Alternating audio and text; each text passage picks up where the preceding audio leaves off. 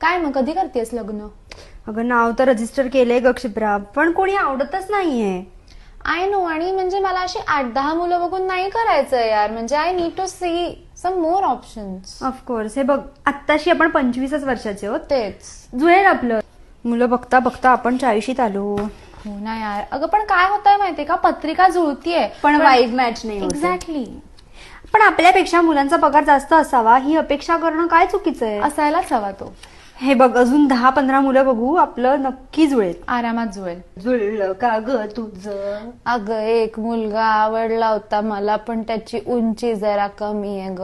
अगं बाई, आता मरणाला टेकली ना तू. उंचीचं काय घेऊन बसली? थांब, तुला जरा फोटो दाखवते त्याचा.